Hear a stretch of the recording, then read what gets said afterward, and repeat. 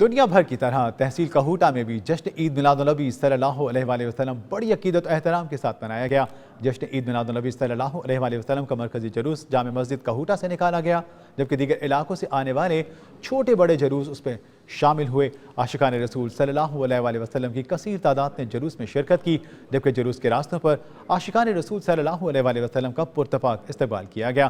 جگہ جگہ لنگر و نیاز کا اہتمام کیا گیا تھا۔ مزید تفصیلات جانیے ندیم آزاد کی اس خصوصی رپورٹ میں۔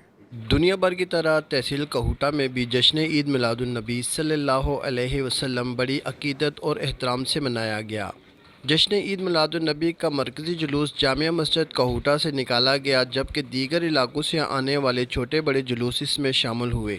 عاشقان رسول کی بڑی تعداد نے جلوس میں شرکت کی اور اپنی عقیدت کے نذرانے پیش کیے۔ جلوس اپنے مقررہ راستوں سے ہوتا ہوا مرکزی جامع مسجد کہوٹہ میں آ کر اختتام پذیر ہوا۔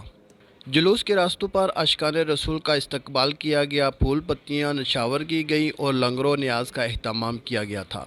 جلوس کے راستوں میں سیکیورٹی کے سخت انتظامات کیے گئے تھے۔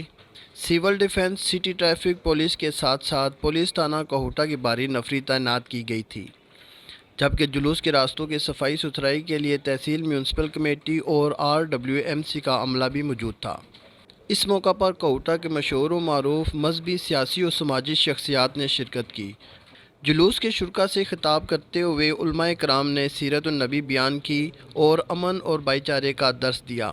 جلوس کے اختتام پر مرکزی انجمن املاک کمیٹی اور انجمن عاشقان رسول کی جانب سے بہترین کارکردگی اور سجاوٹ پر انعامات تقسیم کیے۔ کیمرہ ٹیم کے ساتھ ندیم آزاد، وائس نیوز، کہوٹہ۔